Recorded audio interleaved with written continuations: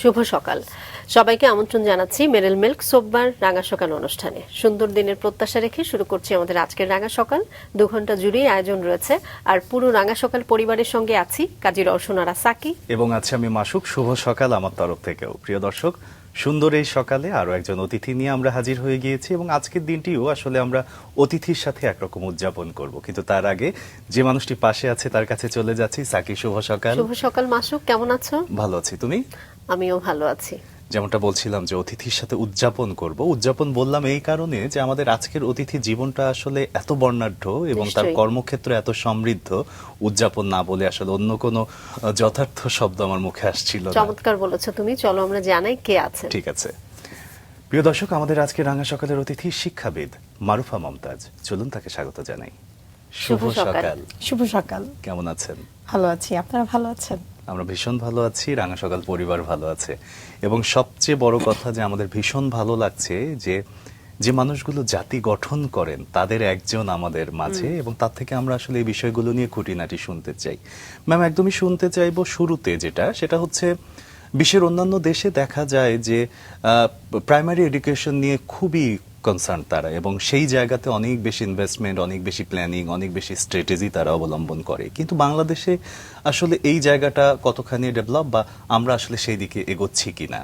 আসলে আমাদের দেশের একটা বড় সেটব্যাক আমি বলবো, সেটা হচ্ছে বিশ্বে ডেভেলপড কান্ট্রিগুলো থেকে আমরা হয়তোবা ফলো করি বা ফলো করার চেষ্টা করি আমাদের যখন কারিকুলাম ডেভেলপমেন্ট হয় বা টেক্সট বুক রেডি করা হয়। তো আমাদের সেটব্যাকটা হচ্ছে আমাদের আসলে স্টেক হোল্ডার্স ডিফারেন্ট টাইপের। একদম গ্রামাঞ্চলের যেমন আছে, শহরেও আছে। হ্যাঁ, তো যার কারণে আমাদের প্রাইমারি এডুকেশনটা আসলে তৈরি করতে হয় ওভাবে, মানে আমাদের স্টেক হোল্ডার যেন সবাইকে আমরা ইকুয়ালি দেখতে পারি। এখানে কিন্তু আপনার গ্রামাঞ্চলের পাশাপাশি শহরাঞ্চলে ঝরে পড়া শিক্ষার্থীরাও কিন্তু আছে, মানে বিভিন্ন ধরনের শিক্ষার্থী। তো যার কারণে আমরা চিন্তা করি যে developed country curriculum is very good, সেখানে সেই কারিকুলামটা আমরা যদি ইমপ্লিমেন্ট করতে পারি বা আমরা যদি ইন্টিগ্রেট করতে পারি আমাদের খুব সুন্দর হবে। তো sometimes reality check is different, একদম এটা আর কি। কারণ একটা হচ্ছে আমাদের শিক্ষার্থী, তাদের সোশিও ইকোনমিক ব্যাকগ্রাউন্ড সেটা, তারপর আপনি প্যারেন্টসের যেটা আপনি ধরুন তাদের এডুকেশনাল ব্যাকগ্রাউন্ড, অলসো টিচাররা কতটা ডেভেলপড, টিচার ডেভেলপমেন্ট কতটুকু হচ্ছে, রেগুলারলি হচ্ছে নাকি, তারা আপডেটেড নাকি। আচ্ছা, এটা সব মিলে আসলে প্রাইমারি এডুকেশনটা ভাবে সাজাতে হয় আর কি। তো এই জন্য অনেক সময় একটা কোশ্চেন থাকে যে কেন আমাদের প্রাইমারি এডুকেশন এরকম বা কিছু। আমি তো আসলে ন্যাশনাল কারিকুলাম, ইন্টারন্যাশনাল কারিকুলাম দুটো নিয়েই কাজ করছি, করার একটা, এবং টিচার হিসেবেও কাজ করেছি, টিচিং লিডারশিপ পজিশনেও কাজ করেছি, দুটো সেক্টরেই। তো এই কারণে মানে এই ধরনের মানুষ, আমাদের মতন মানুষ যারা, তাদের জন্য আসলে এই সেটব্যাকগুলো ধরা খুব সহজ। যে অনেকেই বলে ন্যাশনাল কারিকুলাম এমন কেন, ইন্টারন্যাশনাল কারিকুলাম এমন কেন। তো তারা তো একজন হিসেবে দেখছে, আমরা তো ভাস্ট সামগ্রিক জায়গায় দেখছি যে আসলে কেমন আমরা দেখতে পাচ্ছি। হয়তো আপনারাও স্টেক হোল্ডার্স, আপনারাও প্যারেন্টস বা প্যারেন্টস যখন হবেন আপনারাও একটা স্টেক হোল্ডার্স। আপনাদেরকেও বুঝতে হবে, আপনারা তো একজন শিক্ষার্থী, আপনার সন্তানকে নিয়ে চিন্তা করছেন, কিন্তু আমাদেরকে চিন্তা করতে হচ্ছে আমাদের ক্লাসে 30 থেকে 40 জন সন্তানকে নিয়ে চিন্তা করতে হচ্ছে। সবার ব্যাকগ্রাউন্ড বা সবাই একই ক্যাপাবিলিটি না, এগুলো সবকিছু অনেক কিছু চিন্তা করতে হয় আসলে।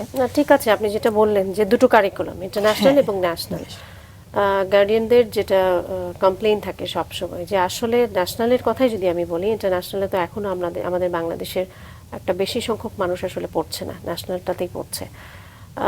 সবার একটা কমপ্লেইন এই জায়গা থেকে যে আমাদের কারিকুলামে কেন আমরা এখনো পিছিয়ে আছি। আপনারা কি এই জায়গাটা নিয়ে কাজ করছেন? বিশেষ করে আমরা যদি বলি যে আমরা যখন ইন্টারন্যাশনালি আমাদের এই পড়াশোনাটা নিয়ে বিট করতে যাই, আমরা অনেক পিছিয়ে থাকি। হয়তো দেখা যায় আমরা এখান থেকে এসএসসি কমপ্লিট করলাম বা ইন্টারমিডিয়েট কমপ্লিট করলাম, ওখানে গিয়ে দেখা গেল আমরা 6 গ্রেড বা 7 গ্রেড আমাদের পড়তে হচ্ছে। মানে এই বিষয়গুলো নিয়ে আপনারা চিন্তা করছেন কিনা? যেহেতু কারিকুলাম নিয়ে কথাটা এসছে, একটু শুনে ফেলি। ইন্টারন্যাশনাল কারিকুলাম তো আসলে ওদের, যেটা আমি বললাম স্টেক হোল্ডার্স, ওদের স্টেক হোল্ডার্স একদম সেম টাইপ, একই ধরনের সোশিও ইকোনমিক ব্যাকগ্রাউন্ডের স্টুডেন্টরা, প্যারেন্টসরা এখানকার ইন্টারন্যাশনাল কারিকুলামে পড়ায়। তো ওদের আসলে কারিকুলামটা স্ট্যান্ডার্ডটা এই জন্য অন্যরকম। আচ্ছা। ন্যাশনাল কারিকুলামটা হচ্ছে এই কারণে হচ্ছে সেম স্ট্যান্ডার্ড না আমি বলবো আর কি, যেহেতু আমাদের স্টেক হোল্ডার্স ডিফারেন্ট। তো আপা যে কোশ্চেনটা ছিল যে কেন দেশের বাইরে গেলে বা ওইসব কিংবা আমি ক্ষেত্রে, যদি দেশের যেমন ক্ষেত্রেও বলি দেশের যে আমাদের ক্ষেত্রেও কারিকুলামের যে পড়াশোনাটা কর্মক্ষেত্রে দেখা যায় যে আমরা পড়াশোনা করছি একটা ট্র্যাকে, কিন্তু অন্য ট্র্যাকে আমরা কাজ করছি, মানে আমাদের ওই ট্র্যাকটা আমরা ঠিক মতো প্র্যাকটিক্যালি কাজে লাগাতে পারছি না। সবকিছু মিলেই জানতে চাচ্ছি যে আপনারা দুঃখিত এই বিষয়টা নিয়ে আসলে কি ভাবছেন। এই বিষয়টা আমি যেহেতু ন্যাশনাল কারিকুলামে এখন ডিরেক্টলি কোনো কাজ করছি না, আচ্ছা। তবে আমি ধরুন কিছু আমার এক্সপেরিয়েন্স থেকে যেটা Right. বলতে পারি যে আমাদের যেহেতু বিভিন্ন ধরনের শিক্ষার্থী আছে, আমাদেরকে ওভাবে চিন্তা করতে হবে। আমি যেমন আমি জাস্ট বলি যে আমি জি। যে সুইডেনে গিয়েছিলাম, ওখানে আমার বেশ কিছু স্কুল ভিজিটের একটা সুযোগ হয়েছিল। আচ্ছা। তো ওখানে খুব ইন্টারেস্টিং কিছু সাবজেক্টস আমি দেখেছি। সেটা হচ্ছে যে আমাদের এখানে যেমন লাস্ট কারিকুলাম, মোস্ট রিসেন্ট যে কারিকুলামটা ছিল, যে ওই যে সবাই খুব প্রশ্ন ছিল যে রান্না করা শেখানো হচ্ছে কেন 6-7-এ, এটা নিয়ে খুব একটা গার্হস্থ্য আপ্রাইজিং ছিল। তে। হ্যাঁ, মানে এটা কেন হচ্ছে। তো আমার কাছে তখন মনে হয়েছে যে আসলে এটার চেয়ে বেশি ছিল সুইডেনে আমি যেটা দেখেছি, ওদের হচ্ছে আপনার সিউইং আছে, সেলাই আচ্ছা। একটা ওদের কোর্স আছে, মানে আপনি অপশনাল, যেটা আমাদের সময়ে যেরকম আমাদের একটা অপশনাল সাবজেক্ট ছিল, Right. এটা হচ্ছে অপশনাল একটা কোর্স ওয়ার্ক নিতে পারে। আরেকটা হচ্ছে আপনার উড ওয়ার্ক। আচ্ছা। তো মানে আমার কাছে এত ভালো লেগেছে, ওদের হচ্ছে 6 মান্থসে একটা করে প্রজেক্ট করতে হয়, 6 মাস ধরে ওরা স্কুলেই সব রিসোর্স থাকে, সেলাই মেশিন থেকে। সুইডেনে কিন্তু আসলে সেলাই মেশিন শেখানো, মানে ওরা তো ডেভেলপড কান্ট্রি, একদম, তাই না? একদম। তারপর সেলাই শিখছে ওরা, নিজেদের ডিজাইন করে ডিজাইনারের মতন যা বানাচ্ছে, একটা করে প্রজেক্ট তৈরি করছে। 6 মান্থসে একটা প্রজেক্ট সাবমিট করে, 6 মান্থস পর আরেকটা করে। উড ওয়ার্কেও এরকম দেখলাম যে ওদের একদম ড্রিল মেশিন থেকে শুরু করে যে অটোমেটিক উড কাটার যে এগুলো থেকে শুরু করে ওদের ক্লাসরুমের মধ্যে সব রেডি। বাহ। টিচার ওটা শেখাচ্ছে, ওরা ওটা নিয়ে কাজ করছে, এক একজন প্রজেক্ট, কেউ জুয়েলারি বক্স বানাচ্ছে, কেউ চেস সেট বানাচ্ছে। আচ্ছা। হ্যাঁ, মানে আমি প্রজেক্টগুলো দেখেছি, আমি কিছু ছবিও তুলেছি। আচ্ছা, আচ্ছা। তো এই জিনিসগুলো ওরা যখন মোটামুটি দেখলাম প্রজেক্টের মধ্যেই থাকে, প্রজেক্টের মধ্যেই বাইরের থাকে, কারিকুলামের আমার সিস্টেমটাই কাছে মনে আসলে হয়েছে যে প্র্যাকটিক্যাল এই বেশি। প্রজেক্ট, এই জিনিসগুলো জি। আমাদের কারিকুলামে কিন্তু ইন্টিগ্রেট করা পসিবল। Right. যেমন উড ওয়ার্ক, আমরা কিন্তু আমাদের এখানে উড ওয়ার্ক, কাঠের কাজ আমরা প্রচুর দেখি। অনেকে হায়ার এডুকেশন উড ওয়ার্ক দিয়ে করে তারা কিন্তু অনেক বড় বড় ফার্নিচার্স এর শপ আছে বা ডিজাইনিং এর শপ আছে বা যে কোনো এগুলো একদম, আছে। একদম। আমার কাছে মনে হচ্ছে এগুলো যদি আমরা ইন্টিগ্রেট করতে পারি, এই যেগুলো প্র্যাকটিক্যাল এবং ভোকেশনাল, আপনার এটা কিন্তু শিক্ষার্থী কিন্তু এখান থেকে ঝরে পড়বে না। Right. একদমই, একদম। এবং এই উডওয়ার্ক বা সিউইং এর রিসোর্স গুলো কিন্তু খুব ইজিলি পাওয়া পাওয়া যায়, মানে আপনি গ্রামাঞ্চলেও এগুলো পাবেন, তাই না? তো এই বিষয়গুলো যদি আমরা ধরুন সেকেন্ডারিতে করতে পারি, ওখানে যেমন আপনার 14-15 ইয়ার্স ওল্ডের, মানে 8-9 এর শিক্ষার্থীরা কিন্তু জি। এগুলো করছে। আমি আচ্ছা। চেইন স দেখে আমি নিজেই ভয় পেয়েছি যে মানে how could they do that, মানে ওদের ক্লাসে আছে, ওরা করছে, কাটছে, আমি বলি মানে ওরা এইভাবে এটা হ্যান্ডেল করতে দেয়া হচ্ছে। সত্যি মানে খুবই হ্যাঁ, interesting. they can do it. একদম। খুবই চমৎকার ম্যাম, interesting। আপনারা আমার- যেই জায়গাটাতে কাজ করছেন সেখানে এই বিষয়টা নিয়ে ভাবছেন, এটা নিশ্চয়ই আসলে সাধুবাদ জানানোর মতো একটা বিষয়। নিশ্চয়ই এই পরিবর্তনগুলো আমরা দেখতে পাবো। ইনশাআল্লাহ। আমরা ছোট্ট করে আপনার সম্পর্কে দর্শকদেরকে জানাবো, তারপর আপনার কাছে ফিরবো। মাসুক, তুমি নিশ্চয়ই জানাবে। নিশ্চয়ই। প্রিয় দর্শক, মারুফা মমতাজ একজন অভিজ্ঞ শিক্ষাবিদ, যিনি দীর্ঘদিন ধরে শিক্ষা উন্নয়ন, কারিকুলাম পরিকল্পনা এবং শিক্ষক প্রশিক্ষণের সঙ্গে যুক্ত রয়েছেন। বর্তমানে তিনি Bangladesh air force Shaheen English medium কলেজে curriculum development and evaluation coordinator হিসেবে দায়িত্ব পালন করছেন, যেখানে তিনি কেমব্রিজ কারিকুলামের আলোকে শিক্ষা পরিকল্পনা, মূল্যায়ন পদ্ধতি এবং শিক্ষক প্রশিক্ষণ কার্যক্রম পরিচালনা করছেন।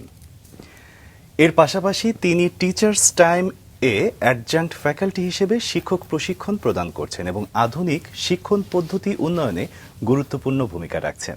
তার পেশাগত অর্জনের মধ্যে 2017 সালে বেস্ট টিচার এবং 2018 সালে best teaching learning material developer পুরস্কার বিশেষভাবে উল্লেখযোগ্য। আন্তর্জাতিক অঙ্গনেও তিনি নিজের দক্ষতা স্বাক্ষর রেখেছেন। 2023 সালে সুইডেনে অনুষ্ঠিত নোবেল প্রাইজ টিচার সামিটে পূর্ণ স্কলারশিপ সহ অংশগ্রহণ তার অন্যতম বড় অর্জন। এই ফেলোশিপের মাধ্যমে তিনি বিশ্বমানের শিক্ষাবিদ, বিজ্ঞানী এবং নোবেল বিজয়ীদের সঙ্গে মত বিনিময়ের সুযোগ পান এবং শিক্ষার নতুন দৃষ্টিভঙ্গি অর্জন করেন। আসলে পুরোটা সময় জুড়েই তাকে আমরা জানবো, আবারও ফিরে যাচ্ছি তার কাছে। ম্যাম, সমৃদ্ধতা তো শেষ নেই, কিন্তু আপনি যে জায়গা থেকে বা যে বিষয়ে সমৃদ্ধ সেটা আমাদের সমাজের জন্য খুবই গুরুত্বপূর্ণ। সমাজ যেহেতু চলে এলো, সমাজ আসলে পরিবার, আশপাশটা সবকিছু মিলিয়ে আমরা সামাজিক একটা অবকাঠামোর মধ্যে ধরি। এই অবকাঠামো পরিকাঠামো আলোচনা করতে গেলে একদম চলে যেতে হবে আপনার শৈশবে। কেমন ছিল আপনার শৈশব? কোথায় ছিল? ঢাকা ক্যান্টনমেন্টে খুব সম্ভবত। হ্যাঁ, আমার শৈশব আসলে ওখানেই। আমার বাবা মিলিটারি ইঞ্জিনিয়ারিং সার্ভিসে ছিলেন, আচ্ছা। তো ওনার হচ্ছে পোস্টিংটা হতো 3 বাহিনীর মধ্যেই। আচ্ছা। এমএস এ ছিলেন, ইঞ্জিনিয়ার, সিভিল ইঞ্জিনিয়ার ছিলেন। তো ক্যান্টনমেন্টেই সবসময় বড় হওয়া। আসলে আমার বড় বোনের এসএসসি পরীক্ষার কারণেই দেখা যায় যে আমি বিভিন্ন ক্যান্টনমেন্টে ঘোরার সুযোগ হয়নি তেমন। আচ্ছা। তো ওরা ঘুরেছে, ওরা বলে যে আমরা বগুড়ায় ছিলাম, তারপর আমরা চিটাগাংয়ে ছিলাম, এইসব জায়গাগুলোর কথা ওরা গল্প করে। আচ্ছা, বিভিন্ন আচ্ছা, ক্যান পাবলিক স্কুলগুলোতে ওরা ছিল। তো আমার দেখা গিয়েছে আমার কেজি থেকে একদম দ্বাদশ শ্রেণী পর্যন্ত শহীদ আনোয়ারেই আমি পড়েছি। আচ্ছা। মানে পুরো আমার স্কুলটাই হয়েছে শহীদ আনোয়ার স্কুল অ্যান্ড কলেজে। তাহলে বেশিরভাগ সময়টা কোথায় কেটেছে? বেশিরভাগ চিটাগং আমার নাকি? আসলে ঢাকাতেই। আচ্ছা। ঢাকার বাইরে আমার আসলে তেমন যাওয়া হয়নি, কিন্তু কোয়ার্টার্সেই ছিলাম যেহেতু, তো আসলে মানে বুঝতেই পারছেন আমার একদম গ্রোয়িং আপটাই হচ্ছে ডিসিপ্লিনড ওয়েতে। যেহেতু আর্মি স্কুলে পড়েছি, ডিসিপ্লিন ওয়েতেই গিয়েছি। আমার ক্লাস 10-এও আমি হাউস ক্যাপ্টেন ছিলাম। বাহ। 12-এ দ্বাদশ শ্রেণীতেও, একাদশ শ্রেণীতেও আমি হাউস ক্যাপ্টেন ছিলাম। এভাবে মানে লিডারশিপটা আসলে ওভাবেই আমাদের গ্রো আপ হয়েছে। আমাদের স্কুলে আসলে লিডারশিপ বিল্ড আপের জন্য সবসময় অনেক গুরুত্ব দেওয়া হয়। এবং বিভিন্ন অ্যাক্টিভিটি যেগুলো হতো স্কুলের, অ্যানুয়াল অ্যাক্টিভিটি আমরা যেগুলোকে বলি, সেখানেও মনে হয় আপনি বেশ হ্যাঁ, আমি উৎসাহ নিয়ে যোগদান অ্যাক্টিভিটি করতেন। সবসময়, এবং এখনো আমার ফ্রেন্ডসরা আমাকে বলে আমি সব রিউনিয়ন গেট টুগেদারের জন্য আমি আসলে পুশ করি আচ্ছা। যে লেটস ডু ইট। এই Okay. কয়েকদিন আগেই আমরা আসলে ঘুরে আসলাম, মুভি দেখে আসলাম, বাহ। লাঞ্চ করে আসলাম একসাথে, হয়তো 10-15 জন, কিন্তু মানে অনেক দিন পরে এটা একটা রিফ্রেশমেন্ট। সত্যি তাই। আর আসলে স্কুল ফ্রেন্ডসরাই আসলে অনেক দিন থাকে। Sure. মানে ইউনিভার্সিটিতে অনেক ফ্রেন্ড হয়, কিন্তু স্কুল ফ্রেন্ডদের মতন ক্লোজনেস আসলে আর কোনো জায়গার সাথে হয় না। শৈশবের সখ্যতা, শৈশবের সখ্যতা, রাইট। হ্যাঁ, মানে খেলাধুলা, মজা করা, আর সারাদিন মোটামুটি আপনার 5 ঘন্টা তো ওদের সাথেই আমাদের। সেটাই। ক ভাই বোন আপনারা? 2 বোন? আমরা হচ্ছি 5 বোন। আচ্ছা, রাইট। আপনি চতুর্থ খুব আমি সম্ভবত। চতুর্থ, হ্যাঁ। তো যার কারণে শৈশবটা আমার ডিসিপ্লিনড ওয়েতেই বড় হওয়া। পাশাপাশি এক্সট্রা কারিকুলারও করেছি, আবৃত্তি করতাম। বাহ। তখন তো ছোট ছিলাম, নাচ গানও করেছি। এখন আসলে নাচ গানটা ওরকম হয় না। ইউনিভার্সিটি লাইফে গিয়ে ডিবেট করেছি, প্রোগ্রাম অ্যাঙ্করিং করেছি, এগুলোতে সাইট। আপনি বলছিলেন নাচ গান এখন আর হয় না, কিন্তু মনের কোনায় কি এখনো এক চিলতে সূর্যের মতো সুন্দর একটা মেমরি হয়ে আছে না? হ্যাঁ, মেমোরি হয়ে আছে এখনো।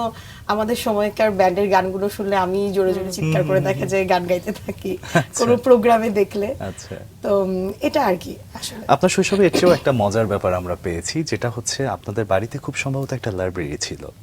হ্যাঁ, লাইব্রেরি মানে আসলে আমার মা বই পড়তে খুব পছন্দ করতেন। আচ্ছা। উনি আমাদের দৈনিক পত্রিকা যখন আসতো, উনি ওনার ঘরের সব কাজ করে উনাকে দেখতাম বসে বসে পত্রিকা পড়ছেন। আচ্ছা। খুব মানে আমরাও দেখা যায় যে আমার মা ওই অনেক আগে বেগম পত্রিকা ছিল, ওটা রেগুলারলি আমার মা রাখতেন। আচ্ছা।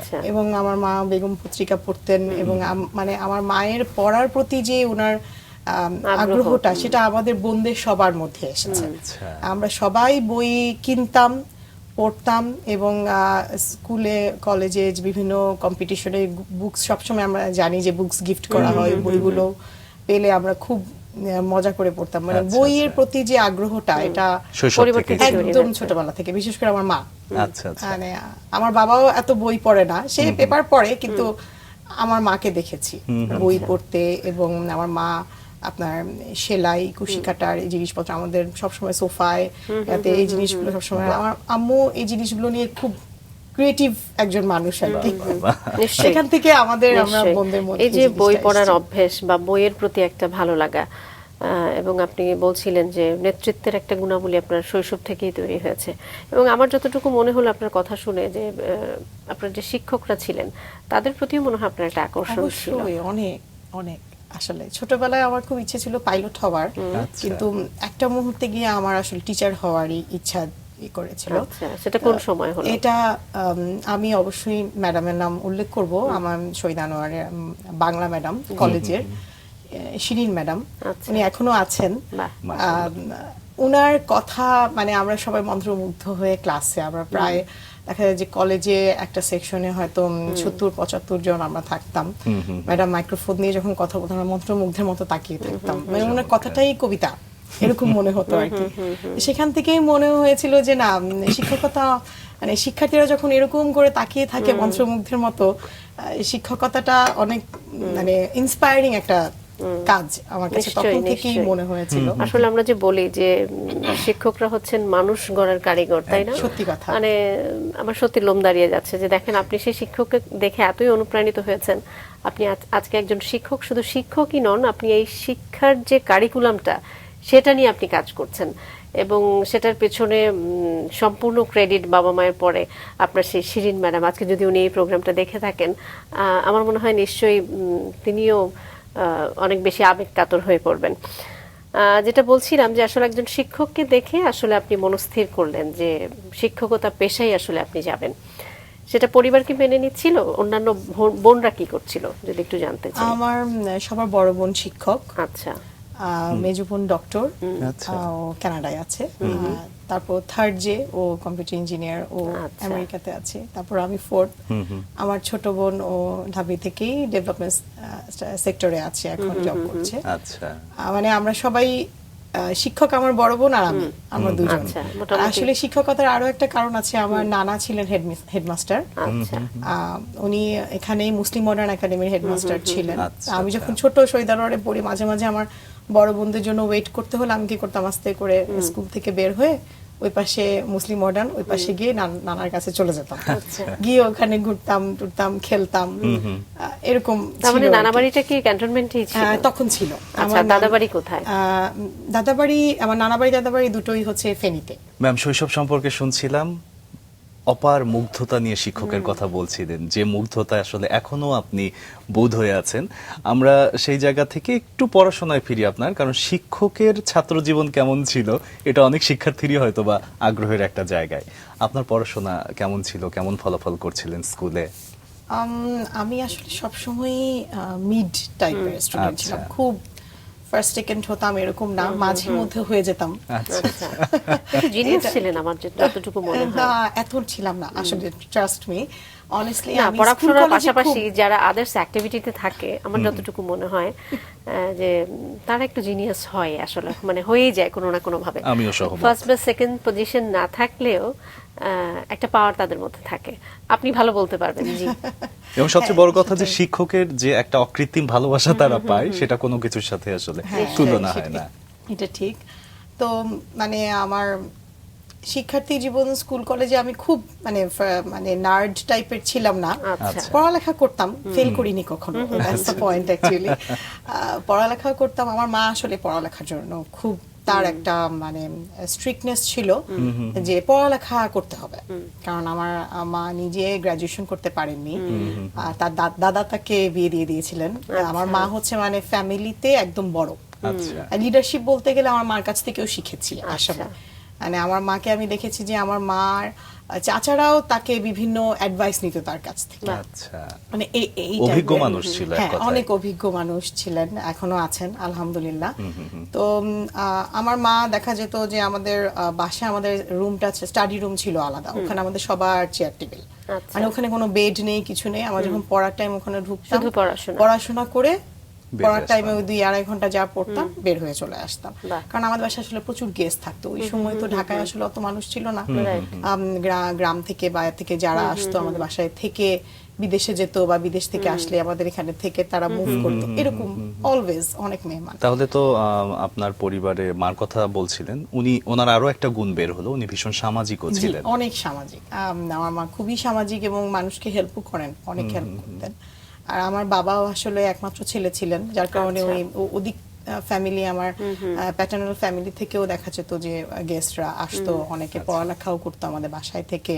আচ্ছা। হ্যাঁ, তো এরকম অনেক ইয়া ছিল, কিন্তু আমার মায়ের ওই জিনিসটা ছিল যে আমার সন্তানদের লেখাপড়াতে কোনো হ্যাম্পার হওয়া যাবে না।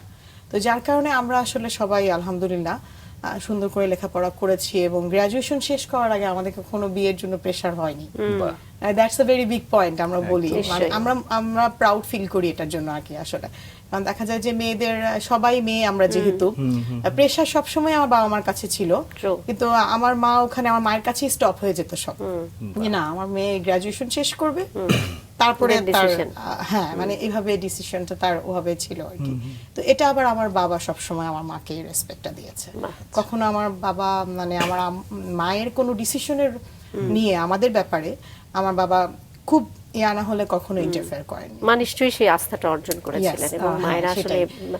করেই করেছেন। থাকেন এটা, বা মায়েরা তো একটু বেশি জানেন জানেন, সংসার সেটাই, সম্পর্কে, সংসার। বাবারাও জানেন হ্যাঁ। সমানভাবেই। তারপরেও দেখভালের দায়িত্বটা একটু বেশিরভাগ ক্ষেত্রে মায়েদের থাকে, এই জন্য মায়েদের মায়ের ছিল, এই হ্যাঁ। আর বিষয়গুলো। আসলে আমার বাবা পোস্টিং এর জন্য জি। আমরা ঢাকায় মানে সেটেল হয়ে গিয়েছিলাম, কিন্তু বাবা তো পোস্টিং হতো। এর মাঝখানে আমার বাবার সাভারে পোস্টিং হয়েছে, আচ্ছা। গাজীপুরে পোস্টিং হয়েছে, অনেক জায়গায়। তো উনি ওখানে থাকতেন, তো আমার মাই আসলে এই জিনিসগুলো সবসময় আমাদেরকে দেখেছেন। রাঙামাটিতেও পোস্টিং, রাঙামাটি ক্যান্টনমেন্ট যখন স্টার্ট হয় জি। 1992-3 টাইমে, তখন আমার বাবা ওখানে ছিলেন Posting আর কি। ছিল। হ্যাঁ, আচ্ছা। মানে আমার বাবা বলে যে এই রাস্তা, এই বন জঙ্গল ইয়া করে আমরা রাস্তা বানাচ্ছি, ইয়া করছি, এরকম গল্প করতেন আর কি। আচ্ছা। তো এই ব্যাপারটা মানে আমার মায়ের উপরে পুরো এই আস্থাটা যে ছিল, এবং আমার মা আস্থা অর্জনও করেছেন, এবং আমার মা আলহামদুলিল্লাহ মাশাআল্লাহ খুব সুন্দর করে হ্যান্ডেলও করেছেন আসলে। তো আমরা সবাই ওভাবেই বড় হয়েছি, পড়ালেখা বলুন, আবার এই যে বইয়ের কথাও বলেছিলেন যে লাইব্রেরি, আমরা আসলে লাইব্রেরি নিজেরা বই কিনতাম, কিনে কিনে পড়তাম, ওটা একটা লাইব্রেরি হয়ে গেছে, এবং ওই পুরো শোকেস সহ বই সহ এখন আমার বাসায়। আচ্ছা, আর আমি আপনি নিয়ে লুভে এসেছি। নিয়েছেন? আমি নিয়ে নিয়েছি। আমি নিয়ে নিয়েছি। আচ্ছা। আম্মু মানে আমার আম্মু বলে যে এগুলো শুধু শুধু এগুলো আমি মেনটেন করতে পারবো না, তোমাদের সবার বিয়ে হয়ে গিয়েছে, সবাই চলে গেছে, আমার পক্ষে এটা এখন মেনটেন সম্ভব না, পরিষ্কার করা, খেয়াল করা। আমরা ঠিক আছে, তাহলে শোকেস সহই আমাকে দিয়ে দাও। এবং পেশা সূত্রে এটা আসলে অধিকারটা আপনারই সবচেয়ে বেশি আমার মনে না হয়। না, বড় বোন আছে, না, না, মাসুদ, আমাদের বড় বোন আছে সবার তো। কন্ট্রিবিউশন। আচ্ছা, বড় বোনও কি সেটাই। শিক্ষকতায় আছে? হ্যাঁ, আমার সবার বড় বোন শিক্ষকতা, আমি সেটাই কিন্তু বলতে বই চাচ্ছিলাম যে আসলে আপনি আমরা 5 লুফে- বোনেরই বই এখানে। রাইট রাইট, না, আমার মানে ছোট দুই বোনের বোন বই- না হয়ে ছেড়ে দিলেন, তারা বাইরে চলে গেছেন। হ্যাঁ। বড় বোনের তো ছেড়ে দেওয়ার কথা না, না, না। উনি আপনার মতো একই পেশায় না, আছেন। ওর কোনো সমস্যা নেই, ও বলে যে তোমার কাছেই থাকবে ভালো। এখন মানে মানে আমাদের বই পড়া, এটা বলবো আমি জেনারেশনাল। আমার মেয়েও কিন্তু প্রচন্ড মানে বই পাগল। বাহ। আচ্ছা। ওকে যদি কেউ ধরুন কেউ গিফট দেওয়ার কথা বললে, হচ্ছে আমার এই বই লাগবে, বাহ, বইয়ের নাম চমৎকার। বলে। ভীষণ চমৎকার। তারপর কেউ হয়তো ধরুন আবার কেউ গিফট দিয়েছে, টাকা দিয়েছে, ঈদি পেয়েছে, ঈদি সব রেখে দিবে। মানে সেশন শেষ হওয়ার পরে টার্ম ব্রেকের টাইমে আমি তাকে নিয়ে যাব, বা আচ্ছা। অনলাইনে অর্ডার দিবে, বই কিনবে এসে। ও কিসে পড়ছে? ও এখন ক্লাস 8-এ পড়ে, স্ট্যান্ডার্ড 8-এ। এই জেনারেশনের কাছে এরকম একটা অভ্যাস বা পছন্দ হ্যাঁ। সত্যি আমাকে মুগ্ধ করলো। না, মানে ওকে আমরা নিশ্চয়ই। ইভেন কিন্ডেল কিনে দিয়েছি, কিন্তু ও কিন্ডেলে পড়বে না, আচ্ছা, পেপার বুকে পড়বে। বাহ, বাহ। খুবই চমৎকার। গেজেটস এর খুবই এই জিনিসে চমৎকার। ওর কোনো আগ্রহ নেই। ওর বাবা বলেছে তোমাকে এটা কিনে দিই, এখানে তুমি হাজার হাজার বই রাখো। ও যে না, আমার এটা ভালো লাগে না, আমার পৃষ্ঠা উল্টাতে ইচ্ছে করে। আচ্ছা। Good, very good. এই যে বইয়ের সু প্রতি অভ্যাসটা সাকি, এই অভ্যাসটা কি কোনোভাবে আপনার দ্বারা অনুপ্রাণিত, যে আপনি ওকে কিছু বোধ দিয়েছেন যে এভাবে চলো, এভাবে করো, সেখান না, থেকে ও দেখে অনুপ্রাণিত? শিখেছে আসলে। দেখেই শিখেছে। মানে আমরা বই পড়ি, আমাদেরকে দেখেছে, মানে আমাকে আমার হাজবেন্ডও পড়ুয়া, ও প্রচুর বই পড়ে। আচ্ছা। তো ও অবশ্যই কিন্ডেলে পড়ে, মানে ইয়াতে পড়ে না, আগে পড়তো। তো এই জন্য মানে ও আমাদেরকে দেখেছে। আর আমি বই পড়ি, বা ইয়াতেও কিন্ডেলে পড়ি, যেখানেই পড়ি না কেন, ও বই পড়াটা আসলে আমাদের কাছ থেকে শিখেছে। আর পেরেছি। ও একলা ছিল তো অনেক দিন। আমার আর ছোট মেয়েটা হচ্ছে মাত্র 1.5 বছর বয়স, আচ্ছা। মানে 13 বছরের ডিফারেন্স ও, দুজনের মধ্যে। আচ্ছা। তো একা থাকায় ওর সময়টা আসলে কাটতো বইয়ের মাধ্যমে। এটা আমি মনে করি যে হয়তো এটা কারণেও ও বইয়ের প্রতি বেশি ইন্টারেস্ট হয়েছে, যেহেতু একা থাকে। না, এটা খুবই একটা এটাই আর পজিটিভ কি। বিষয়। এই বই অর্থে বড় বন্ধু। এই সময় আসলে বইটাকে আমরা বন্ধু করাতে পারছি না বাচ্চাদের সঙ্গে, কারণ গেজেট একটা জায়গা দখল করে আছে। তো তারপরে একটা চেষ্টায় অনেক সময় হয়, কিন্তু আপনি যেটা বললেন আসলে আপনার বাসার পরিবেশ পরিস্থিতি, যেটা আমরা বলি যে আসলে শৈশবটা তো পারিপার্শ্বিক অবস্থা মিলেই তৈরি হয়, আপনার শিশুর ক্ষেত্রে সেটি হয়েছে। আমরা আপনার শৈশবে আরেকটু যেতে চাই। আপনি ক্যান্টনমেন্ট এরিয়াতে বড় হয়েছেন, একটা ডিসিপ্লিন লাইফ।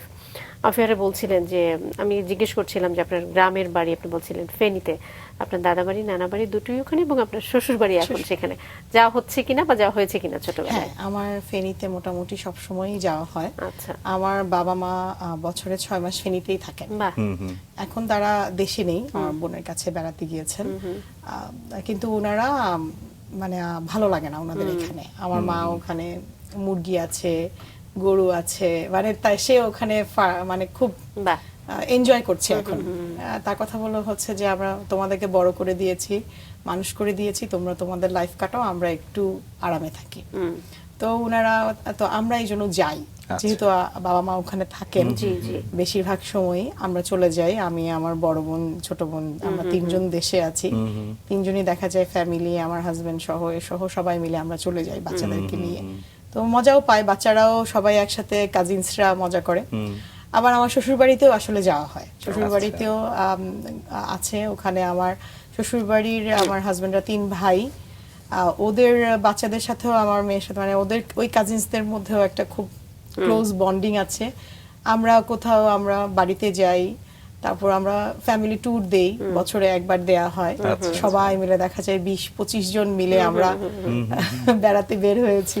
আসলে শেকড়টাকে তো ভুলে গেলে চলবে না, শেকড়কে নিয়েই তো আসলে সত্যি আজকে কথা, আমাদের এই আমরা, কারণেই, হ্যাঁ, তাই না? সুতরাং এটাকে আসলে সাথে নিয়েই আমাদেরকে চলতে হবে। আমরা একটু সামনে আগাই ম্যাম। আপনার শহীদ আনোয়ারায় আপনার এসএসসি কমপ্লিট হলো, ইন্টারমিডিয়েটও কি তাই? জি, আচ্ছা, that's right. এরপর আপনি মনে হয় আইআর এ পড়াশোনা করলেন ঢাকা ইউনিভার্সিটি। ঢাকা ইউনিভার্সিটিতে। একটু জানতে চাই যে এই যে বিষয়ে পড়াশোনা করা, এটা নিশ্চয়ই আপনার চিন্তা ভাবনাকে অনেক বেশি পরিবর্তন করেছে, সেই বিশ্ববিদ্যালয় জীবনটা ছোট্ট করে জানবো। ঢাকা ইউনিভার্সিটিতে আসলে, ঢাকা ইউনিভার্সিটি আমার স্বপ্ন ছিল, আমি যদি বলি। আচ্ছা, অনেক বছর আগে, আমি আসলে মনে নেই কোন সাল, 21শে ফেব্রুয়ারির পর দিন মনে হয় ঈদ ছিল।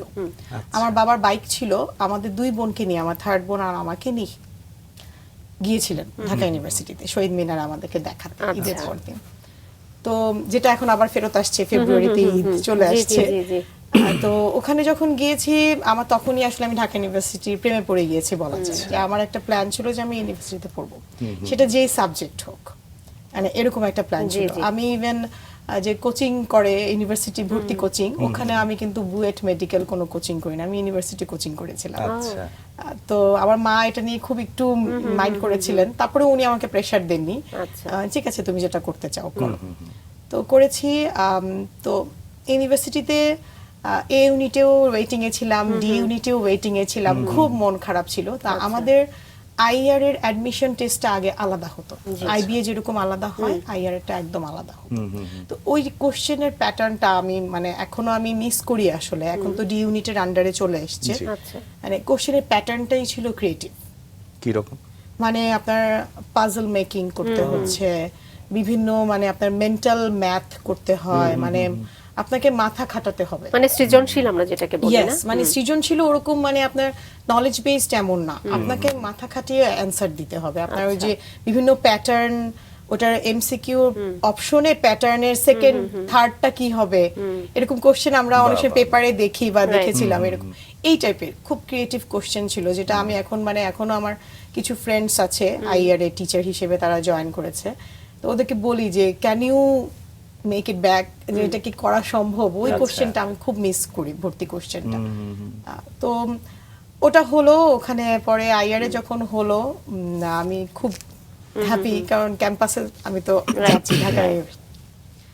তো প্রথম আমার আইআর ভালো লাগে, আমাদের ফার্স্ট যে কোর্সটা ছিল introduction to education, doctor Siddiqur Rahman sir, উনি আমাদের অনেক বড় একজন শিক্ষাবিদ। ন্যাশনাল কারিকুলাম মেকিং এ উনি অনেক টিমটাতে ছিলেন বিভিন্ন আচ্ছা। সময়। তো স্যারের কোর্স ছিল ওটা। স্যারের এই এডুকেশন নিয়ে ওনার কোর্সের ফার্স্ট ক্লাসটা আসলে আমাকে ওখানে আটকে দেয়। আচ্ছা মানে আমি সেকেন্ড টাইমও ইউনিভার্সিটির অ্যাডমিশন টেস্ট দেইনি এই কারণে, মানে আমার ফার্স্ট টাইমে হয়েছে, সেকেন্ড টাইম তখন আমরা সেকেন্ড টাইম দিতে পারতাম, সেকেন্ড টাইম আচ্ছা। আমাদের 2-3 ব্যাচ পরে মনে হয় অফ করে দেয়া হয় আচ্ছা। ইউনিভার্সিটির অ্যাডমিশন। মানে স্যারের একটা কথা ছিল যে কেউ অশিক্ষিত না, সবাই শিক্ষিত। একদম একজন রিক্সাওয়ালা যেটা জানে আমরা জানি না, ট্রু ইলিটারেট বা লেখাপড়া জানে না বা মূর্খ এরকম বলা যায়, কিন্তু অশিক্ষিত কেউ কখনো কেউ হয় না। উনার এই কথাটা আসলে মানে একদম, মানে শিক্ষা নিয়ে পড়ছি, অনেক জায়গায় আমরা শুনেছি অশিক্ষিত কথাটা, কিন্তু আসলে পৃথিবীতে কেউ অশিক্ষিত নেই, সবাই শিক্ষিত, কিছু না কিছুতে সে শিক্ষিত। শিক্ষিত ট্রু তো আপনারা বুঝতে পারছেন মানে স্যার কিভাবে ইন্সপায়ার করেছে। তো শুধু আমি না, সিদ্দিকুর রহমান স্যারের ক্লাস যারা করেছে তারা সবাই মানে স্টান্ড হয়ে ওখানেই ছিল যে না, we are gonna do something. Right সেটাই মানে এরকম একটা ইন্সপায়ারিং পারসন উনি।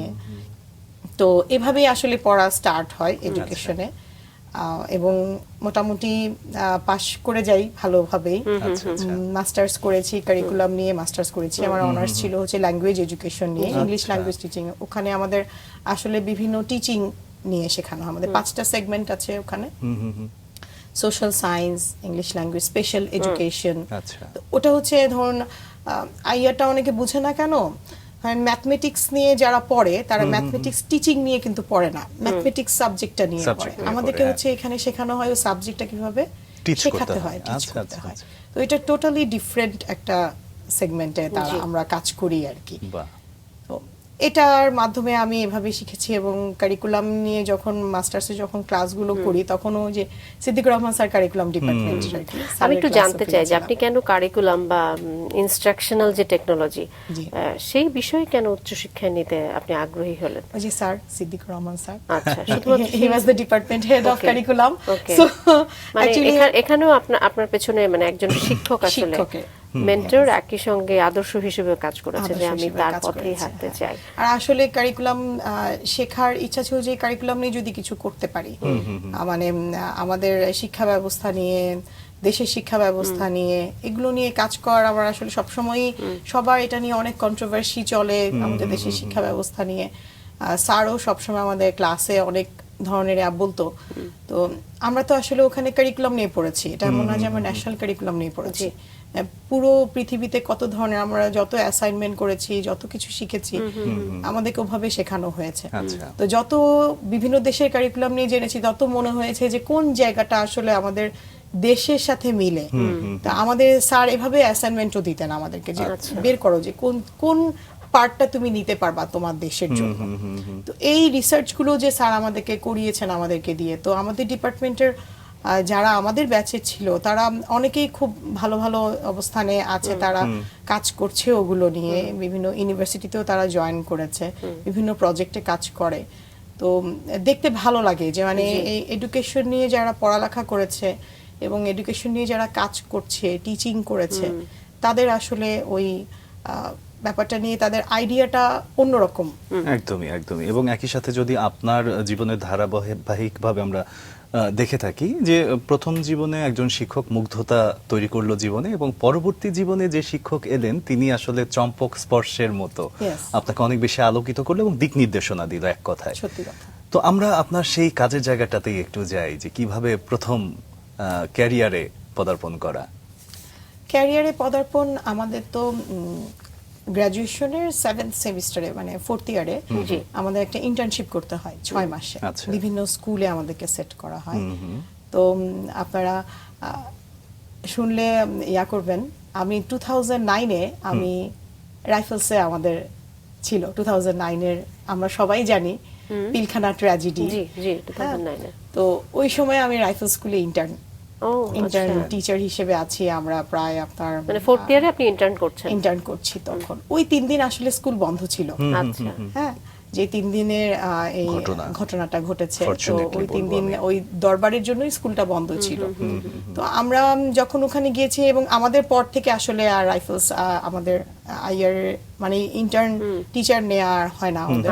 এমনি আপনার উদয়নে নেয়, তারপর ইঞ্জিনিয়ার্স যে স্কুল ওখানে নেয়, আরো অনেক স্কুল। তার মানে আপনার রাইফেলস এর রাইফেলস নিচ্ছে থেকে ক্যারিয়ার শুরু হয়ে গেল। হ্যাঁ, ওখানে শুরু হলো। মানে আমি বলবো যে আমার কপালটাই ওরকম যে আমি সব মিলিটারি ডিসিপ্লিনেই আমি আসলে চলে যাচ্ছি কিভাবে যেন। খুবই লাকি আপনি। হ্যাঁ, তো যার কারণে ওটা আমার জন্য একটা মানে নোন প্লেসের মতন ছিল আমি বলবো। তো ওখানেও খুব সুন্দর, আমরা 6 মাস বেশ কাজ করেছি, আমরা অ্যাজ এ টিচার হিসেবে ওখানে কাজ করেছি। ইন্টার্ন না, আসলে রেগুলার ক্লাসই নিতাম আচ্ছা। এবং টিচিং ম্যাটেরিয়াল গুলো আমরা ডেভেলপ করতাম, যে নিজেদের আচ্ছা। ক্রিয়েটিভিটি আমাদেরকে যা শেখানো হয়েছে সেগুলো নিয়ে। তো আমরা 6 মাস ওখানে থাকলাম। তো মাঝখানে আসলে 2 মাস বন্ধ ছিল, পিলখানার রেড ঘটনার পরে 2 মাস বন্ধ ছিল। তখন আচ্ছা। আমরা নিজেদের মতন বিভিন্ন লেসন প্ল্যান রেডি বা এগুলো কতদিন কাজ করলেন ওখানে? 6 মাসের মধ্যে 2 মাস বন্ধ থাকায় 4 4 মাস মাস আসলে করতে পেরেছিলাম আচ্ছা। আমরা। জি। এরপর নিশ্চয়ই ফাইনালি কোথাও না কোথাও জয়েন করলেন। Yes, আমার এটার পরে মাস্টার্সে আমি ইন্টার্ন করি ব্র্যাক আইডিতে। Okay. ওই টাইমে ব্র্যাক আইডি হচ্ছে 2011-এ যে সৃজনশীল যে কারিকুলামটা ইমপ্লিমেন্ট হয়, তখন 2010-এ ওনারা এটা নিয়ে এনসিটিভির সাথে কাজ করছিলেন। তখন ওই টিমের সাথে আমার কিছু কাজ করার সুযোগ হয়েছিল। তো ওটাও আমাকে বেশ এনরিচ করেছে। বাহ, বাহ। এরপরে আমার মাস্টার্স রেজাল্টের আগে আমার স্কলাস্টিকাতে জব হয়ে যায়। ম্যাম, স্কলাস্টিকায় আপনার ক্যারিয়ার শুরু হলো এবং তারপর ধীরে ধীরে ক্যারিয়ার আসলে এমন জায়গায় গেল যে জায়গা আসলে আপনাকে সামনের দিকেই উন্নীত করেছে আমি বলবো। শুনি তারপরে গল্পগুলো ধাপে ধাপে শুনতে থাকি। আমার স্কলাস্টিকার জব মানে মাঝখানে মাস্টার্স পরীক্ষাও দিলাম, সব কাজ শেষ। এরপর আমার মিরপুর ক্যান পাবলিকে জব হয়। আচ্ছা। মিরপুর ক্যান পাবলিকে ছিলাম, সেখানে আসলে ওই স্কুলটার কথা আমি মানে আমি অবশ্যই বলবো, ওখানে প্রায় 5 বছর ছিলাম। দীর্ঘ সময়। অসাধারণ একটা স্কুল। এবং বিশেষ করে আমাকে যে রিক্রুট করেছিলেন তখন lieutenant colonel Sabir Ahmed sir. আচ্ছা। স্যার একদম অন্যরকম মানুষ ছিলেন, মানে উনিও একজন মানে অসাধারণ লিডার আমি বলবো। কারণ স্যারের ফ্যামিলি হচ্ছে ইউকেতে থাকে, ওনার ছেলে মেয়ে ওখানকার স্কুলে কি শিখে, কি দেখে, কি জানে, ওখানে কি কি অ্যাক্টিভিটিস হয়, স্যার ওগুলো এখানে ক্যান পাবলিকে উনি এগুলো ইমপ্লিমেন্ট করার চেষ্টা করতেন। মানে উনি শিক্ষা নিয়ে পড়ালেখা করেননি বা শিক্ষাবিদও হয়তো না, কিন্তু উনি যেভাবে এই কাজগুলো করার চেষ্টা করতেন সেটা দিয়ে আসলে অনেক বড় একটা ব্যাপার ছিল আমার কাছে মনে হয়। অনেক কিছু করেছেন এবং স্যার আমাকে অনেক কিছুতে ইনক্লুড করেছেন। এই কারণে কি পরবর্তীতে সুইডেনে আপনি যখন গিয়েছিলেন তখন আপনার দৃষ্টিভঙ্গিটাও এমন ছিল যে আমিও সবকিছু দেখব, কে কোথায় কি করছে? ট্রু, হ্যাঁ। মানে আমি যখন ওখানে ক্যান পাবলিকে কাজগুলো করলাম, অনেক মানে আমার যে বেস্ট টিচার বা বেস্ট টিচিং ম্যাটেরিয়াল ডেভেলপার হিসেবে যে আমি এই রিকগনিশন গুলো পেয়েছি ক্যান পাবলিকে, আমার 5 বছরে আমি আসলে 7টা ক্রেস্ট পাওয়া বিভিন্ন ক্যাটাগরিতে আসলে পেয়েছিলাম এগুলো। তো রিকগনিশন জিনিসটা ওনারা খুব খেয়াল করে দিতেন। একজন টিচারে কিন্তু আসলে রিকগনিশন মানে সারাক্ষণ প্রেইজিং না, সাডেন কোন একটা ভালো কাজের জন্য রিকগনিশন সবারই আসলে ভালো লাগে। হ্যাঁ, তো ওটা আমাকে ইন্সপায়ার করেছে। এরপর আমি 2021-এ এখানে শাহিন ইংলিশ মিডিয়াম কলেজে অ্যাপ্লিকেশনটা করেছিলাম আসলে ডেজিগনেশন দেখে, এবং আমার কাছে মনে হয়েছে যে আমি কারিকুলাম নিয়ে ফাইনালি আমি একটা ডিরেক্ট কারিকুলাম নিয়ে কাজ করার একটা সুযোগ পাবো, স্পেশালি ইন্টারন্যাশনাল এডুকেশনে। ইন্টারন্যাশনাল এডুকেশনে ওরা আসলে অনেক কিছু নিয়ে কাজ করে, তো ওটা থেকে যদি আমি কিছু শিখতে পারি তাহলে ফার্দার আমি হয়তো আমার নিজের দেশেও কোনো কিছুতে কন্ট্রিবিউট করতে পারবো। তো এখানে আসার পরে আমি এই নোবেল প্রাইজ টিচার সামিটেতে আমি দেখলাম, দেখে অ্যাপ্লাই করলাম। এটা মোটামুটি একটা প্রসেসিং এর মধ্যে দিয়ে গিয়েছে, অনলাইন ইন্টারভিউ এরকম অনেকগুলো ব্যাপার গিয়েছে। তো ওনারা আমাকে সাডেন মানে কোরবানির ঈদের পরে হঠাৎ ইমেইল দেখে, এটা আমার জন্য একটা খুব সারপ্রাইজিং ছিল যে আমি স্কলারশিপের জন্য সিলেক্ট হয়েছি। তো ওখানে যখন আমি যাই আমার কাছে খুব ভালো লেগেছে। ইট ওয়াজ মাই ফার্স্ট অ্যাব্রড জার্নি। এবং আই ওয়াজ অ্যালোন 2023-তে আমার ওখানে গিয়েছি সেপ্টেম্বর 26 থেকে অক্টোবর 1 পর্যন্ত, 5 দিনের মতন ছিলাম। তো এটা ফুল স্কলারশিপ ছিল, ইভেন ট্রাভেল গ্র্যান্টও ওরা দিয়েছে, ওখানে থাকা এবং ওখানে সবকিছু ওরা এটা কভার করেছে। ওখানে গিয়ে আমি মানে আমার ফার্স্ট অ্যাব্রোড জার্নি, আমি একলা যাচ্ছি, আমার খুব একটা নার্ভাসনেস ছিল। তো কিন্তু ওখানে এত সিস্টেমেটিক্যালি আমি এয়ারপোর্টে নেমেই কার্ড করে ফেললাম, সবকিছু করে ফেললাম, মানে কোনো কিছুতে আমার কোনো প্রবলেম হয়নি। ওরা ম্যাপ দিয়ে দিল কিভাবে কিভাবে যাব, সুন্দর ইনস্ট্রাকশন দিয়ে দিল। বাহ। তো ওভাবে আমি আমার যে ইয়াটা আছে, হোটেল আছে, ওখানেও চলে গিয়েছি। তারপর সামিটে যখন ফার্স্ট ডে আমাদের হচ্ছে 4 দিনের হচ্ছে প্রোগ্রামটা হচ্ছে 4 দিনের মধ্যে আচ্ছা। একদিন হচ্ছে সামিট, আর বাকি 3 দিন হচ্ছে স্কুল ভিজিট, ওয়ার্কশপ, ওদের সিটি হল ভিজিট, এগুলো বিভিন্ন ভিজিট বা ওদের সুইডেন স্টকহোমের মধ্যে বিভিন্ন আচ্ছা, জায়গায় আচ্ছা। যাওয়ার আছে। তো সামিটের একদিনটাই আগে শুনি। সামিটের একদিনটা ওখানে আসলে আমাদের নোবেল লরিয়েট তাওয়াক্কুল কারমান উনি ছিলেন ওই দিন। আচ্ছা আচ্ছা। উনার সাথে বেশ কথা হয়েছে, কারণ উনিও আসলে গার্লস এডুকেশন নিয়ে কাজ করেন ইয়েমেনে, এটা নিয়ে ওনার কাজ। তো আর একটা মজার কাণ্ড হচ্ছে যে আমি একমাত্র মানে আমি শাড়ি পরা ছিলাম, জামদানি শাড়ি পরেছিলাম, এবং হিজাব, তাওয়াক্কুল কারমানও হিজাব বোরখা পরা। তো আমাদের দুজনকে সবাই মানে are you also from Yemen এরকম কোশ্চেনও আসছিল। আচ্ছা। তারপর আমার শাড়ি নিয়েও অনেকের অনেক কোশ্চেন ছিল, কেউ কেউ বলে যে ক্যান আই টাচ ইট, এগুলো একটা ফানি এক্সপেরিয়েন্স আর কি। আর এমনি ওখানে ওয়ার্কশপ গুলো আসলে ওদের এডুকেশন সিস্টেম নিয়ে ওয়ার্কশপ ছিল, ওদের প্রাইমারি, সেকেন্ডারি, তারপর হায়ার এডুকেশনে কেমন, স্কুল ভিজিটস গিয়েছি, যে আমরা স্কুল ভিজিটস আসলে যেটা আমি বলেছি ফার্স্টেই ইন্টারেস্টিং সব একটু দেখেছি। আমরা শুনতে চাই যে এই যে স্কুলগুলো ভিজিট করলেন, কি অভিজ্ঞতা নিয়ে আসলেন যেটা আসলে আমাদের দেশে এসে আপনি ইমপ্লিমেন্ট করার সুযোগ পেলেন? যে আমি যে দুটো সাবজেক্টের কথা বললাম, এই দুটো সাবজেক্ট আসলে আমার কাছে মনে হয়েছিল খুব ভালো।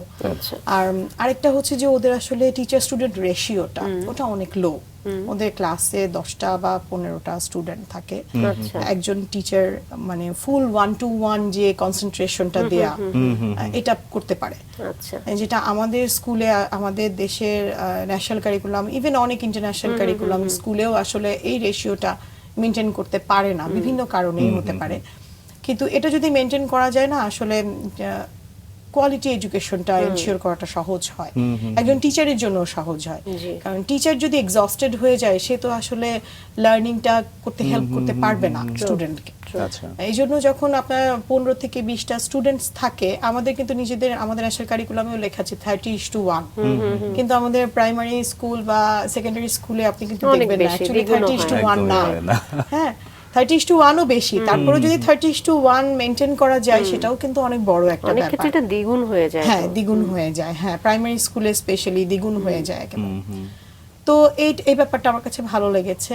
আরেকটা ভালো লেগেছে যে ওদের কিছু ক্লাস যে আমি দেখেছি, ক্লাস অবজারভেশনে যেটা দেখেছি, ওরা স্টুডেন্টসদের কাছ থেকে টিচাররা নেয় যে ওরা কিভাবে শিখতে চায়। চাই। আচ্ছা। হ্যাঁ, do you want to do a project work, অথবা লেকচার বেসড, অথবা আউটডোর, কিভাবে করতে চায়। তো স্টুডেন্টরা হয়তো আগে থেকে একটু দেখে আসতে বলে, দেখে এসে তখন ওরা বলে যে আমরা গ্রুপ ওয়ার্ক করতে চাই বা সিঙ্গেল অ্যাসাইনমেন্ট। আমরা যদি একটু এই জায়গাটাতেই আসি, এই যে মানে স্টুডেন্টদের প্রায়োরিটাইজ করা না, ওখানকার শিক্ষকরা আসলে এটাই বেশিরভাগ ক্ষেত্রে করে থাকেন। এটা কি আসলে কোনোভাবে আমাদের দেশে সম্ভব কিনা আদৌ, বা হবে কিনা, হচ্ছে কিনা, এই বিষয়গুলো নিয়ে কি বলবেন? যদিও আপনি ইন্টারন্যাশনাল কারিকুলাম নিয়ে কাজ করছেন, আপনি শুরুতেই বলছিলেন, তারপরেও আমরা ন্যাশনাল কারিকুলামে একটু টাচ করতে চাই, আপনার কাছ থেকেই জানতে চাই, কারণ কাজ না করলেও আপনারা ওই বিষয়গুলো আসলে অবগত। আমরা অনেক ক্ষেত্রেই দেখি যে আমরা সাফার করি, আমাদের বাচ্চারা খুব বিরক্ত হয়, এভাবে পড়তে চায় না, টিচার এভাবে কেন পড়ায়। কিন্তু আমরা যদি এই বিষয়টা ফলো করতে পারি যে আমার বাচ্চাটা কিভাবে পড়তে চাচ্ছে, মানে সেইভাবে পড়ানো, যেটা আপনি বাইরের দেশে দেখে আসলেন, এটা কি আসলে সম্ভব, বা এটা নিয়ে কি আসলে আমরা কাজ করছি, ন্যাশনাল কারিকুলাম বা ইন্টারন্যাশনাল কারিকুলাম? এটা নিয়ে অবশ্যই সম্ভব। এটা আসলে ডিপেন্ড করে অন দ্য স্কুল অথরিটি, আচ্ছা। টিচার, কারণ রিসোর্স তো আসলে দিবে স্কুল অথরিটি, একদম। তাই না? আর টিচার স্টুডেন্ট রেশিও যেটা বললাম, এখন টিচারদের মাথা দেখা যায় যে অনেক আইডিয়াস থাকে, তারা ইমপ্লিমেন্ট করতে গিয়ে হয়তো বা দেখা যাচ্ছে যে আপনি একটা গ্রুপ ওয়ার্ক করাবেন, সাপোজ, হ্যাঁ, একটা গ্রুপ ওয়ার্ক করাবেন, আপনার ক্লাসে এখন 45 to 50 স্টুডেন্টস, আপনি ক্লাসে গ্রুপ ওয়ার্ক করানোর জন্য গ্রুপে ভাগ করতে হবে। জি।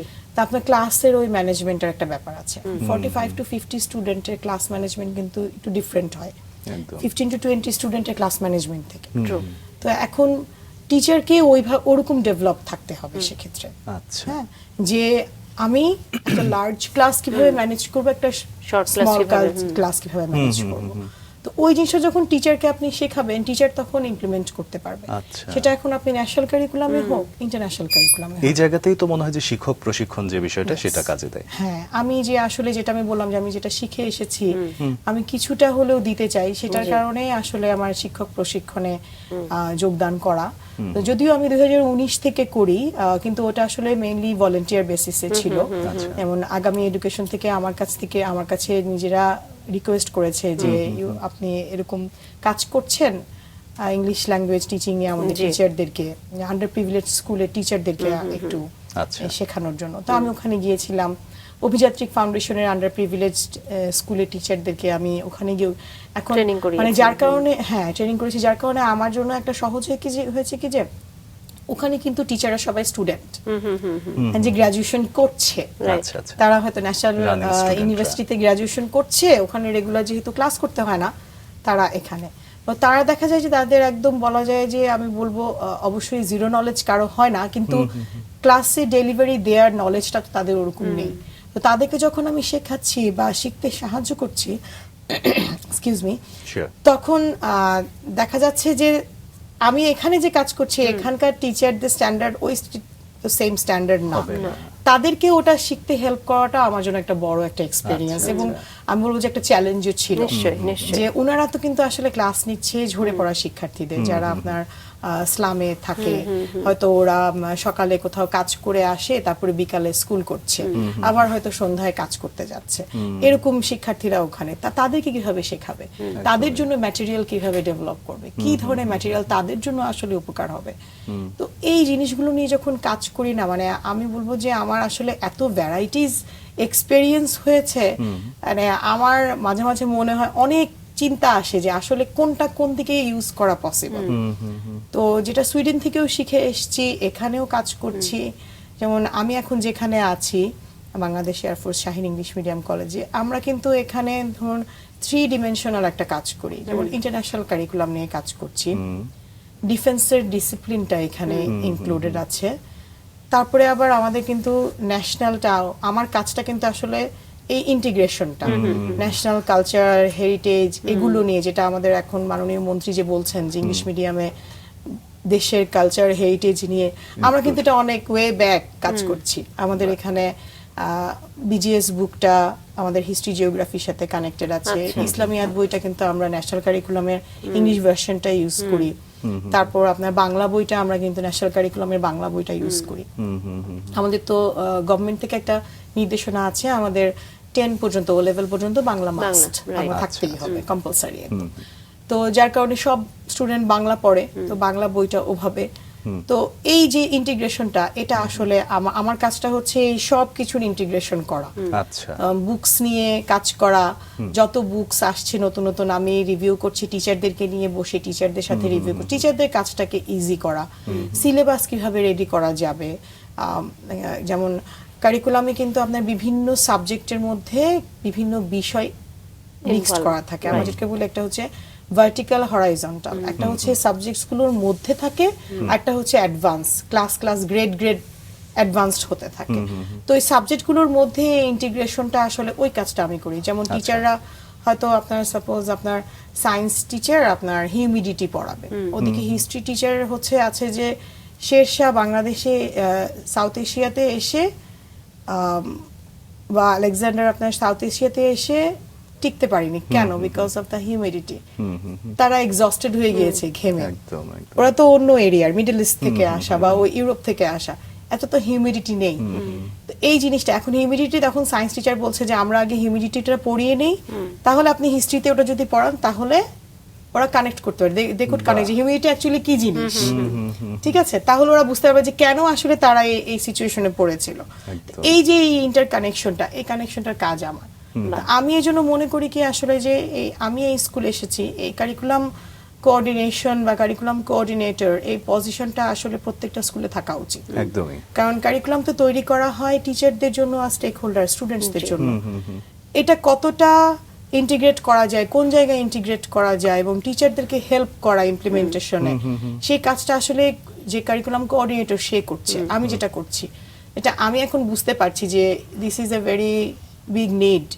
সব স্কুলে থাকলে যখন কারিকুলাম, একটা নতুন কারিকুলাম তৈরি হবে, তখন ওই কারিকুলাম কোঅর্ডিনেটর যে টিচিং এ এক্সপেরিয়েন্স আছে, কারিকুলাম নিয়ে জানে, সে তখন টিচারদেরকে হেল্প করতে পারবে ওটা ইমপ্লিমেন্ট করতে। একদমই, কারণ একদমই। বেসিক বা আপনার ফাউন্ডেশন লেভেলে তো ইমপ্লিমেন্ট করবে অ্যাকচুয়ালি টিচাররা। রাইট খুবই গুরু দায়িত্ব টিচারদেরকে আমার পালন জানাতে করছেন। হবে, হ্যাঁ, আমার প্যারেন্টসদেরকে জানাতে হবে, আমার স্টুডেন্টকে জানাতে হবে what this curriculum is actually.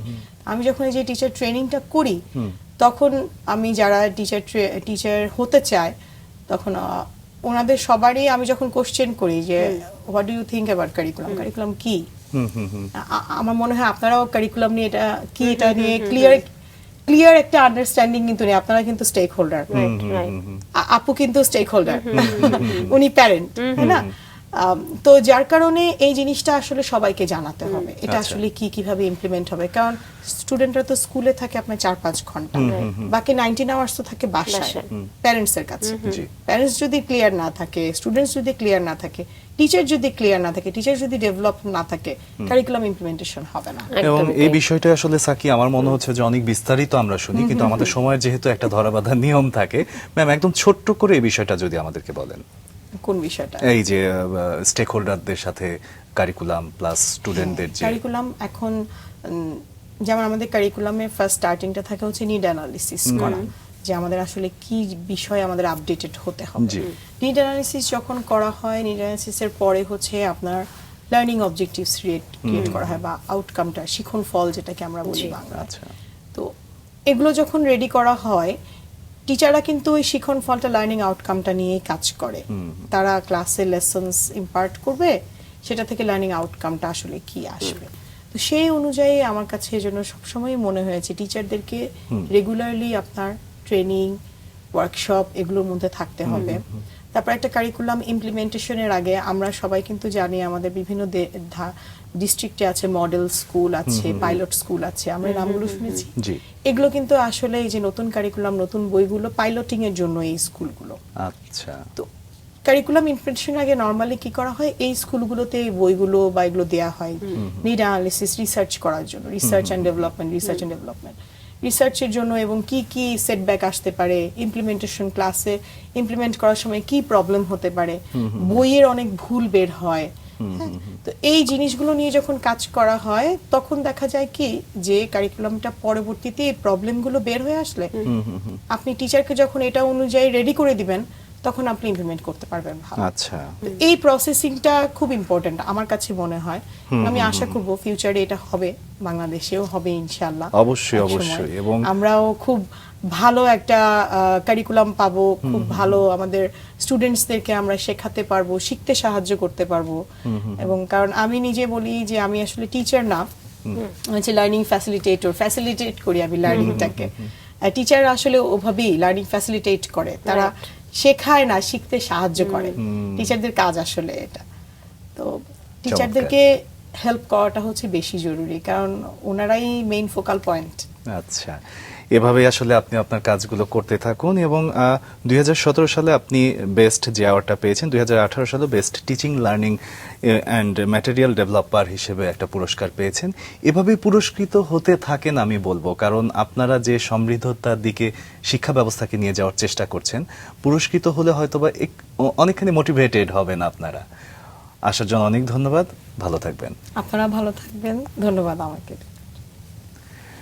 প্রিয় দর্শক, এ পর্যায়ে নিয়ে নিচ্ছি ছোট্ট একটি বিরতি, সাথেই থাকুন।